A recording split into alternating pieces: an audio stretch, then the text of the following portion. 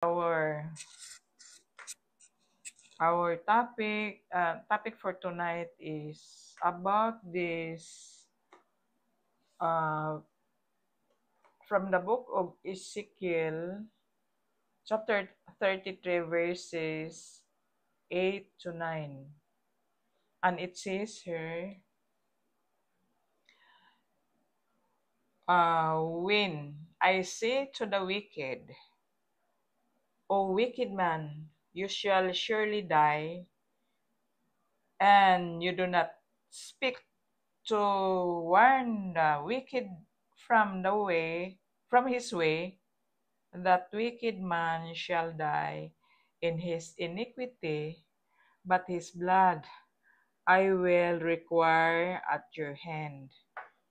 Verse 9, nevertheless, if you warn the wicked to turn from his way, and he does not turn from his way, he shall die in his iniquity, but you have delivered your soul. Gusto na ko na basahon sa Bisaya, ma. O sige, basahan. Ezekiel. Ezekiel chapter 33, verses 8 to 9. Wala man ti Tagalog man, no? Chapter 3, kapitulo. 33. Okay. 33. Oh, Ayan. versikulo 8 paingon sa 9. Okay, nindot mo tayo gibasa aron masabtan pud ba? Mm-mm. Okay, so Ezekiel 33 kapitulo 8. Paingon sa 9. So basaha sabi ni Saya mi aron Oo. masabtan. Sige ma. Sa diha nga ako moingon sa dautan, o dautan na tawo, ikaw ang pagka matuod, mamatay gayod. Ug ikaw dili mosulti sa pagpasidaan sa tawong dautan, gikan sa iyang dalan. Kanang tawo nga dautan, mamatay gayod diha sa iyang kasalanan, apan ang iyang dugo panilngon ko diha sa imong kamot. So, unsay ibot pasabot ani ma? Subot pasabot kani si Ezekiel, prophet Ezekiel is propeta Ezekiel. So kini kung di gid ta di ay mo naman tay nahibaw-an ning yung pulong sa Panginoon. pulong sa may oo. So kita, kung mahimot ang for example si Ezekiel prophet. So propeta siya sa Panginoon, buot pasabot nga siya pinili sa Panginoon.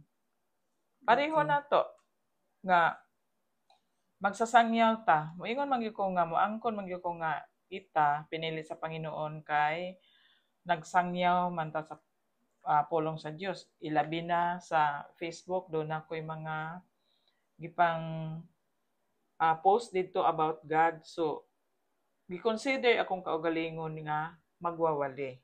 At saka i-claim talaga natin yung anak gitas Panginoon. Ginoo ma. I-claim gyud. Dili anak ko sa Panginoon. Kay gituhoan na to ang Panginoong Hesukristo nga siya nagpakamatay sa cross aron sa pagbayad sa atong mga sala. Unya, amen. Namatay siya, gilubong siya, pagka ikatulo ka adlaw nabanhaw. Ato na siyang gituhuan. Nga siya nabanhaw gyud, siya Ginoo og Dios, nabanhaw siya. After 3 days, nabanhaw siya. Nya after 40 days, saka siya dito sa langit. Nibalik siya. So, buot pasabot na human iyang mission. Since kita kay mga pinili man, Yatay tulubagon. Gihimo man ta niyang magsasangyaw o gihimo ta niyang leader, gihimo ta niyang preacher sa pulong sa Panginoon, do na tay responsibility. Unsa man na. Ang responsibility nato atong sultihan ang mga katawhan nga wala pa mahibalo about ni Jesus, wala pa kahibalo nga siya aduna di ay sala gikan sa iyang pagkagamay. Muna atong responsibility ha, atong sultihan about Jesus nga si Jesus nagpakamatay dito sa cross. Unya nabanhaw siya sa ikatulo ka adlaw. Ug dili siya muto kanang tawhana ug dili muto ana. Siya wala siya motuog, wala siya maghinulsol sa mga sala dahil namatay siya, dili ta panilngan sa iyang dugo. Unsaon man na kung kuan, nakoy pangutana.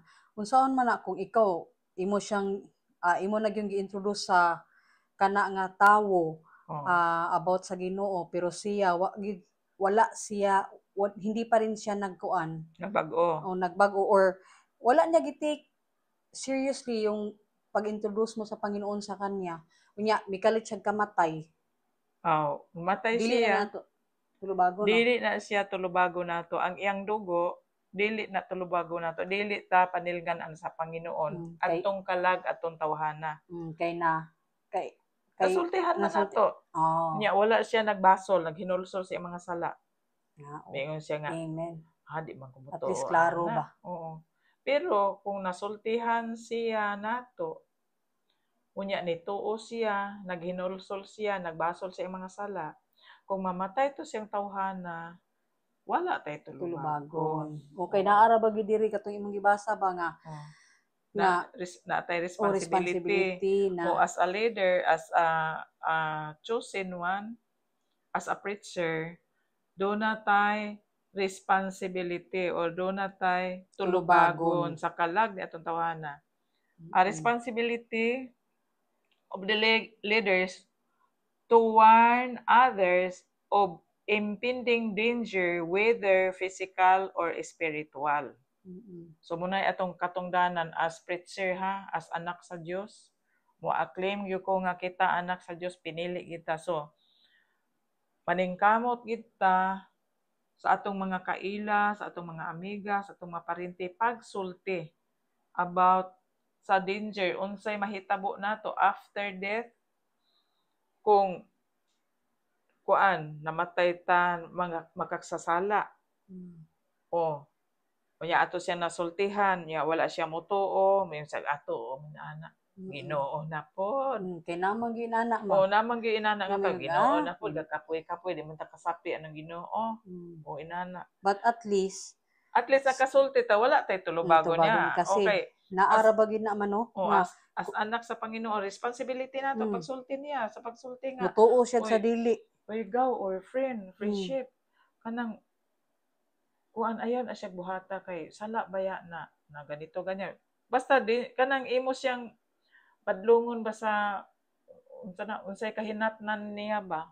Unsa unyay dangatan niya after sa iyang paghimo after sa kanang wala siya maghinulsol ba after nimo na sultihan. Nya namatay siya. Tungod adto o namatay ba siya kay gidunggab siya wa siya motuo nimo nga pag adto dito kay peligro ra ba gyud dito. Nya wag gyud siya motuo. Namatay siya. Dili ka panilngan at tawhana kay imo maghihimo imong responsibility. So nakapanghinaw ta kay responsibility na total pero wa siya motuo, gahig ulo sa iyang physical spiritual do na tay katungdanan ato na siyang katungod, accountability.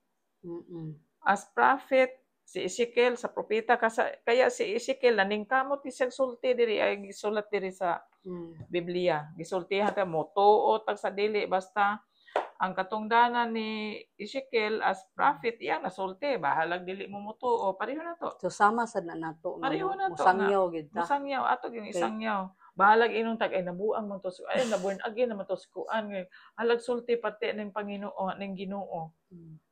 Dili. Mao na ra man akaron pod. Kanang ka magsitag sangyaw. Ingon tag kanang kuan ba? Kanang Ginoo na pod kapuyan pod ang ubang tawo ma. Kapoy man na sa una ra man hisgot anang Ginoo may pay-ari diri sa reels nga para content lang. Noon gyud. Pero bisan man tulo ginana magpadayon gyapon ta na ay motuo. Motuo og dili ma. Hallelujah. Ato po silang iampo. Nindot siya nga mensahe. Ato po silang iampo nga kadtong mga pulong nga atong gisulti nila, pulong sa Panginoon, nga motuhop silang kasing-kasing kay kinahanglan po na silang iampo ni. Okay. Nakoy natutunan ngayon sa sa imong pareho na. i-preach ma. Unsay atong katungdanan. Pareho ni Ezekiel, pareho nato. Is held accountable for not fulfilling his duty as a watchman, highlighting the accountability of those who are entrusted with delivering a message. So kinahanglan siya atong katungod na nga musangyaw. Katungod na nato nga. Amen. Doon na tayo katungod nga sangyawan ni nato kay isulti na sa Panginoon. Aron dili ato na sangyawan. Sangyawan na siya nato ni kay ato na siyang katungod sa pagsangyaw sa pulong sa Ginoo. Kay dili na nato siya sangyawan or sila sangyawan, panilngan ta sa dugo ni ng tawhana. Unya sa judgment ra ba? Atubang na dapat ang tanan ana. Nya. Unsaon na sikuan wala man to nimo ingna. Ingnon. Di ang katong namatay nga kauban man unta mo, biliber man unta ka. Ingnon man ka unsa man ka ana nga sikuan ba? Kanunay mo unta minag-uban-uban na. Wag ko niya sultihi. So, tulubagon mo yan ngayon. Tulubagon. Okay, naabi na diyan Tulubagon. Nimo ma. Sa atong responsibility, tulubagon na nato. Kay moingon man to siya ngano wala man ko nimo sultihi dito na ha. Atubang natas Panginoon wa man ko sultihi ni kuan. Nga kanunay mo unta ming kuyog ana. Kanunay man ta na siyang gabasag Bible nga wala man jud ko niya wala man niya gi-introduce ang Panginoon sa akin. Muna giingon na let your light so shine before men. Na po na diri sa bersikulo. Let ayaw kinahanglan iyong suga kay we are the light of the world, no? Kinahanglan imong suga dili nimo tabunan, dili nimo ipailawom, dili nimo taguan para mo shine ang imong light. Amen. Para Hallelujah. mahayagan yung naa sa kangit-ngit.